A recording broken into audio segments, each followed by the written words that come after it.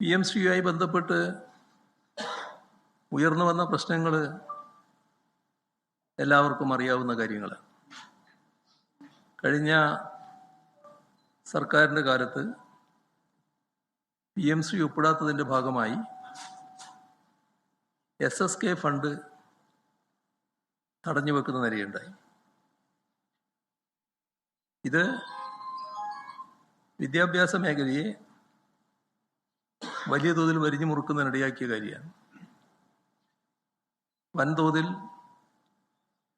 വിദ്യാഭ്യാസ മേഖലയിൽ ചെലവഴിക്കുന്ന ഫണ്ട് SSK മുഖേനയുള്ളതാണ്. അതാകെ തടഞ്ഞുവെക്കൽ സാധാരണഗതിയിൽ ശരിയായിട്ടുള്ളൊരു കാര്യമല്ല.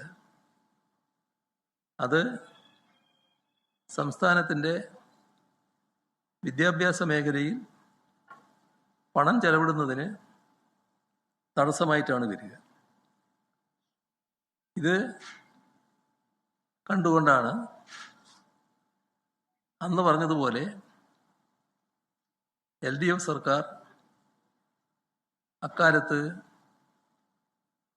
ഈ പ്രതിസന്ധി ഒഴിവാക്കുന്നതിനായി ഒരു ധാരണാപത്രം ഒപ്പിട്ടത്.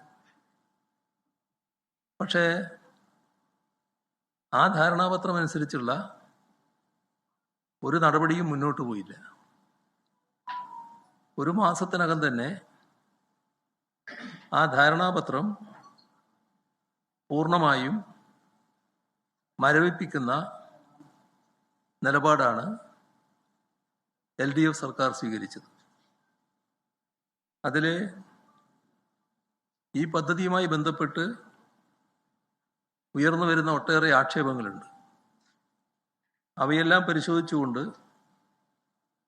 തുടർ നടപടി സ്വീകരിക്കാം എന്നാണ് LDF സർക്കാർ തീരുമാനിച്ചത്.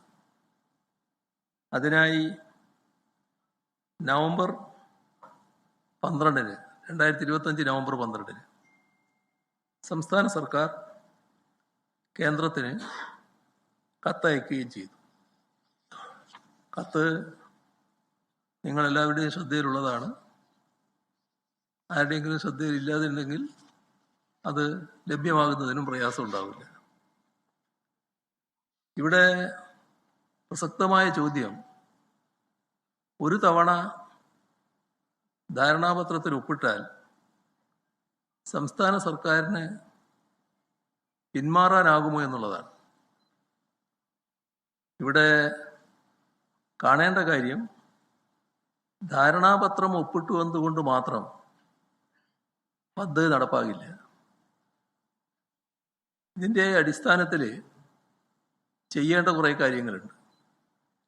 അത് സംസ്ഥാന തലത്തിലും ജില്ലാതലത്തിലും മോണിറ്ററിംഗ് കമ്മിറ്റികൾ രൂപീകരിക്കണം. അതോടൊപ്പം പദ്ധതി നടപ്പാക്കുന്ന സ്കൂളുകളുടെ വിശദാംശങ്ങൾ കേന്ദ്ര സർക്കാരിനെ അറിയിക്കണം.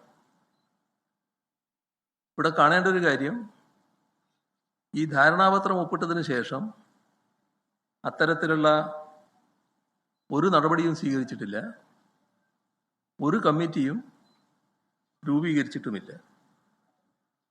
ഓരോ ബ്ലോക്കിലും 2 വീതം സ്കൂളുകളാണ് ഈ PMC സ്കൂളായി ഉയർത്തേണ്ടത്.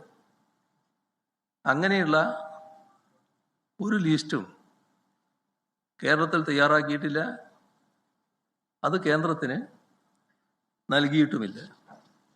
അപ്പോൾ സാധാരണഗതിയിൽ അത്തരം സ്കൂളുകളുടെ ലിസ്റ്റ് സംസ്ഥാനം കേന്ദ്രത്തിന് കൈമാറുകയാണ് വേണ്ടത്. അതോടൊപ്പം തന്നെ മറ്റ് അനുബന്ധ നിബന്ധനകളുമാണ് ഈ ധാരണാപത്രത്തിലുള്ളത്.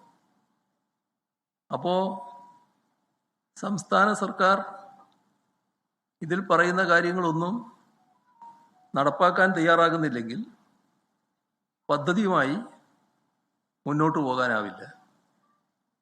അതുകൊണ്ടാണല്ലോ ഇപ്പോഴും നടപ്പാക്കാതിരിക്കുന്നത്. അത് മരവിപ്പിക്കുന്നുവെന്ന് LDF സർക്കാർ പറയുകയും ചെയ്തല്ലോ. അപ്പോൾ നടപ്പായില്ല എന്ന വസ്തുത നിലനിൽക്കില്ലേ? നിങ്ങൾ മരവിപ്പിച്ചു എന്നുള്ളത് കൊണ്ട് മാത്രം ഒഴിവാകുന്നില്ല, ഇതിൻ്റെ ഭാഗമായി PMC നടപ്പാവുകയാണ് എന്ന നിലപാട് കേരളത്തിൽ വന്നിട്ടുണ്ട്. അപ്പോൾ LDF സർക്കാർ ധാരണാപത്രം മരവിപ്പിക്കുക, കീപ്പിംഗ് ഇൻ എബിയൻസ്, ഇതാണ് ഉപയോഗിച്ച വാക്ക്. അതുമായി ബന്ധപ്പെട്ട് കാര്യങ്ങൾ പരിശോധിക്കാൻ മന്ത്രിസഭ ഉപസമിതിയെ ചുമതലപ്പെടുത്തുകയുമാണ് ചെയ്തത്. അപ്പോൾ അവിടെ കിടക്കുകയാണ്. PMC നടപ്പാക്കുന്ന നിലയല്ല ഉള്ളത്. അപ്പോൾ ഒപ്പിട്ടത് കൊണ്ട് മാത്രം ഈ പദ്ധതി മുന്നോട്ട് പോകില്ല.